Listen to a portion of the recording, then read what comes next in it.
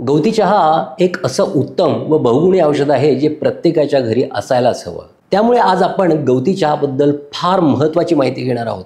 गवती चहाचे गुण काय आहेत, गवती चहा कोणकोणत्या आजारांमध्ये उपयोगी पडू शकतो आपल्याला, हे सर्व आपण आजच्या व्हिडिओमध्ये पाहणार आहोत।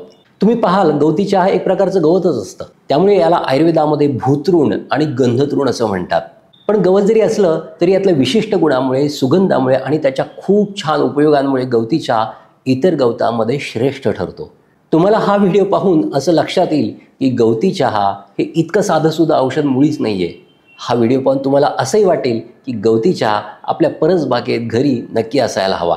आपल्या सर्वांनाच माहिती आहे की गवती चहा चहाची चव वाढवतो, सुगंध वाढवतो, पण याहीपेक्षा तो बऱ्याच मोठ्या आजारांमध्ये सुद्धा खूपच उपयोगी आहे। चला तर मग पाहूयात गवती चहाचे आश्चर्यकारक गुण काय आहेत ते।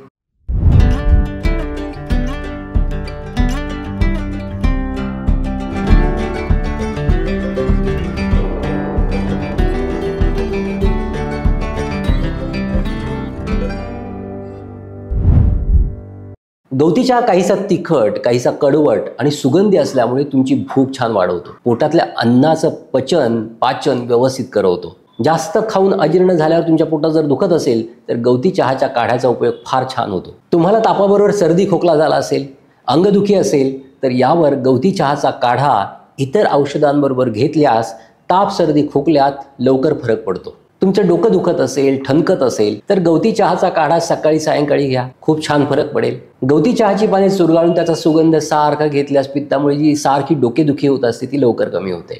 गवती चहा एक प्रकारचं गवत आहे आणि प्रत्येक गवताचं मूळ हे किडनी साफ करतं, लघवी साफ करतं। त्यामुळे मूतखड्याची खर लघवीत येत असेल तर गवती चहाची मुळं काढा करून घेतल्यास खूप छान फायदा होतो। तुमच्या सायनसेसमध्ये कफ थिजला असेल, सर्दी खोकला असेल तर निलगिरीच्या पानांबरोबर गवती चहाच्या पानांचा काढा करून त्याची वाफ घ्या। ही वाफ आतपर्यंत गेली पाहिजे। नाकातली सायनसेस मोकळी होतात, आत थिजलेला कफ पातळ होऊन नाक डोकं मस्त मोकळं होऊन जातं। शरीरात कुठे वात धरला असेल, दुखत असेल तर त्यासाठी एक रेसिपी सांगतो। घरच्या घरी तीळ तेलामध्ये गवती चहा, पुदिना आणि निलगिरीची पानं कढवून घ्या आणि दुखऱ्या भागावर या कोमटसर तेलाचं मालिश करा।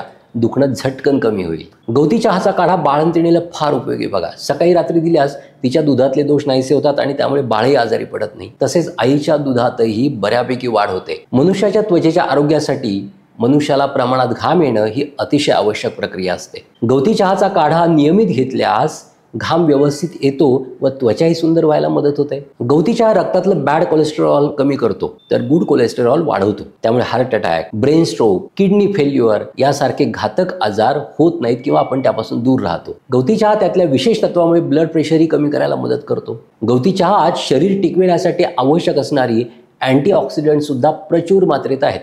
त्यामुळे गवती चहाचं नियमित सेवन केल्यास शरीराच्या पेशी दीर्घकाळ तरुण राहतात आणि आपण दीर्घकाळ त्यामुळेच तरुण राहतो। शरीरात कुठेही सूज असू दे ती कमी करणारी अँटी इन्फ्लेमेटरी म्हणजे सूज कमी करणारी तत्व गवती चहात खूप आढळतात। तुमच्या आतड्याला, यकृत, हृदयासारख्या आतल्या अवयवांना किंवा बाहेर त्वचेला सूज आली असल्यास गवती चहा उत्तम उपयोगी पडतो। यासाठी गवती चहाच्या 7-8 पानांचा काढा सकाळी सायंकाळी घ्या, खूप छान फरक पडेल। तुमच्या अंगावर कुठेही सूज असेल तर गवती चहाच्या पानांचा रस सुजऱ्या भागावर हलक्या हाताने चोळा, सूज लवकर कमी होईल। गवती चहा शरीरातले दोष लघवी वाटे आणि घामा वाटे बाहेर काढतो। त्यामुळे रक्त शुद्ध होतं आणि मेदही जळायला लागतो। त्यामुळे त्वचा विकारांसाठी आणि वजन कमी करायला गवती चहाचा फार छान उपयोग होतो। असा हा बहुगुणी गवती चहा अजूनही बऱ्याच आजारांमध्ये उपयोगी पडतो, परंतु तरीही व्यवहारामध्ये जास्तीत जास्त त्याचा उपयोग कोणकोणत्या ठिकाणी सहज आपण करू शकतो हेच आज आपण आजच्या व्हिडिओत पाहिलं।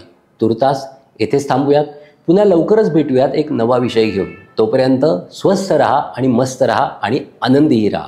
धन्यवाद।